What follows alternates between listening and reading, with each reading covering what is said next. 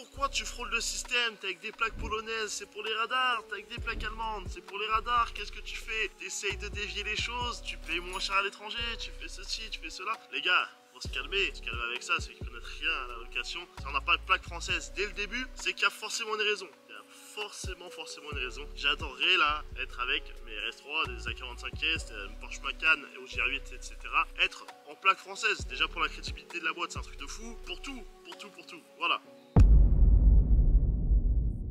Ok les gars, alors pourquoi c'est compliqué de sortir des plaques françaises en France? Vous dites, mais pourquoi le gars en fait il est là? Alors celle-ci c'est un peu particulier, vous voyez c'est une plaque espagnole, j'habite en Espagne et ça c'est ma voiture perso, elle est pas en location. Mais vous vous dites, tous ces gars là, pourquoi ils louent toujours en plaque allemande? Pourquoi ils louent toujours en plaque Pologne? Pourquoi ils font pas participer l'économie française? C'est plus simple, c'est beaucoup plus classe. Pourquoi ils le font pas? En fait tout simplement les gars, il y a plusieurs raisons à ça et je vais vous les expliquer de suite.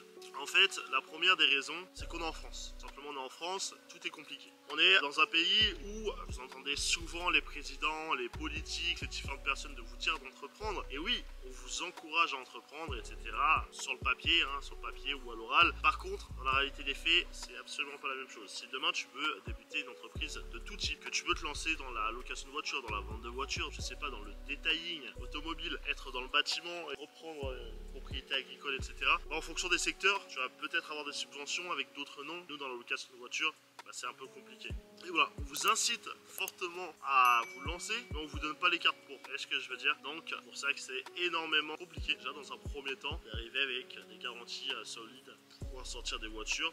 Parce que ça, en fait, quand vous devez sortir des plaques françaises, des voitures en plaques françaises, directement auprès de concessionnaires, revendeurs automobiles, etc.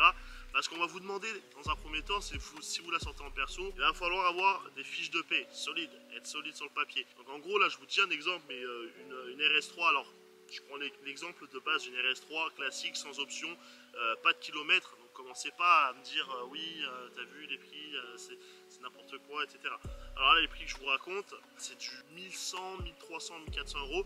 Vous avez un RS3 avec, par contre, vous avez peut-être 20 000 km pour l'année, ou 30 000 km, 40 000 km pour les 2 ou 3 ans de contrat. Vous voyez ce que je veux dire? Donc en fait, d'une, c'est ça. Donc ces prix-là, c'est ça. Pas de kilomètres, voiture pas optionnée en général. Troisième chose, la voiture n'est pas assurée au métier de la location. Donc en gros, là, quand vous passez à l'étranger, vous prenez en Pologne ou en Allemagne des véhicules qui coûtent 3 000 à 3 500 euros par mois. Sur des RS3, par exemple, sur ce modèle-là, il faut savoir que cette voiture, vous avez le droit de faire 5000 km, voire du kilométrage illimité. Essayez de faire l'équivalent, et le véhicule, bien sûr, est assuré au métier de la location, vous avez des faibles durées d'engagement. Essayez maintenant de rembobiner, de faire exactement la même chose. Je vous invite à aller faire des simulations sur Audi, sur Mercedes et sur tout ce que vous voulez.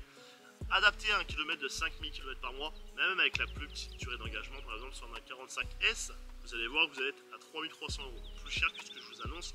La voiture n'est pas assurée, oui voilà, c'est une belle durée d'engagement. On n'est pas du tout du coup sur les produits à l'étranger, donc voilà, il n'y a pas du au scandale. Tout ça pour revenir que là pour sortir même un truc à 1300 ou 1400 euros, il va falloir, si vous le sortez en perso, avoir de grosses fiches de paie, donc peut-être toucher entre 3500 à 4000 euros, parce que vous déduisez votre loyer, si vous avez un crédit maison, enfin toutes vos charges, etc. C'est assez problématique. Quand tu arrives au fait que tu veux sortir la voiture avec ta société, là ça va être un gros souci aussi parce qu'on va te demander des bilans. Alors tu peux arriver avec peut-être 50, 60, 80 000 euros de capital social, peut-être là on fera un peu plus confiance et encore. Mais par contre, tu arrives, tu as un budget de 10, 20, 30, 40, 50, aller jusqu'à 50 on va dire. On va un petit peu dès le début t'envoyer t'amuser ailleurs. Voilà. Dès le début un petit peu t'amuser ailleurs, c'est sûr même. On va te dire oui, ok, chez Renault par exemple, il faut un an, il me semble, un an. Dernière nouvelle, il fallait entre 1 an et 2 ans de bilan. D'un an, si tu as des bilans positifs avec ta société, que voilà, tu fais des bénéfices en fonction des salaires que tu retires, tu as bien payé tes impôts, tu as bien fait toutes ces choses-là, éventuellement tu vas pouvoir aller dans la gamme de chez Renault pour sortir des voitures. Par contre, si tu veux taper des voitures un peu plus grosses, du type Mercedes, du type BMW, enfin de la premium allemande, de la premium tout court, de manière générale, il faut au minimum 3 ans de bilan en France. C'est minimum 3 ans de bilan. Peu importe que tu aies fait une année de malade la première année, peu importe que tu aies fait une année de malade la deuxième année, si tu n'as pas 3 ans de bilan, 3 ans de bilan positif à leur présenter, tu vas attendre longtemps. Donc voilà, ça c'est la complexité de sortir des plaques françaises. Après, vous me direz pourquoi il n'y a pas de fournisseurs en France. De manière générale, alors il doit y en avoir, il y en a quelques-uns, mais c'est vraiment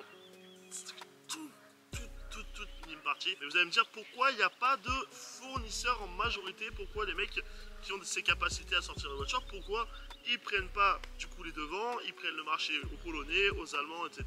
Et on fait tout du Made in France. Là, l'autre problème qui va arriver, c'est au moment de se faire assurer. Parce que, encore une fois, nous sommes en France, je peux vous assurer, essayez de toquer à la porte de différents assureurs, ils vous donneront absolument pas d'assurance. Ils vont vous dire vous avez combien de véhicules. Vous allez leur dire même vous avez 10 véhicules, ils vont vous rigonner, ils vont dire ouais je travaille pas avec vous, avec de la flotte, avec peut-être 10 citadines, 5 voitures de sport, des camionnettes, ceci, cela, ils bossent qu'avec de la flotte. Donc en gros, dans la majorité des cas, encore une fois, il existe des solutions, connaître les bons contacts, on en connaît, et connaître les bons contacts, vous pouvez louer des voitures, même à partir de 1, 2, 3, 4, 5 voitures. Mais ce que je veux dire, ça c'est une possibilité, et c'est un gros avantage, mais voilà, vous avez du coup beaucoup de barrières. Par contre, là, si tu regardes cette vidéo, s'il te plaît, pense à t'abonner, ça nous ferait énormément plaisir, on te balance énormément de nouveaux contenus, de nouvelles informations, etc. Abonne-toi aussi à Chris DNY, c'est comme la chaîne YouTube, c'est mon Instagram, si tu veux suivre un petit peu, je balance des infos en temps réel dessus également. Donc voilà, abonne-toi partout, laisse un petit like, ça fait toujours plaisir. Donc voilà, et c'est du coup, c'est bien ça qui est embêtant. Si vous avez bien compris le résumé de tout ça, c'est que c'est trop compliqué à l'heure actuelle en France, parce qu'on ne nous fait pas assez confiance, parce qu'il faut trop de garanties, parce que les produits ne sont pas adaptés. Et toutes ces choses-là font qu'on part à l'étranger. Et à l'étranger, encore une fois, c'est pas pour profiter comme la grosse le gros mythe dans la tête des gens. Ils voient des voitures étrangères, etc. Ils se disent ils vont jamais payer leur amende, ils vont jamais faire ceci, ils vont jamais faire cela, les voitures elles sont bizarres, etc. etc. Il en est rien. À partir du moment où vous bossez avec un gars qui est sérieux, il en est absolument rien. Sachez que les amendes en agence de location, je reçois toujours les amendes tout le temps.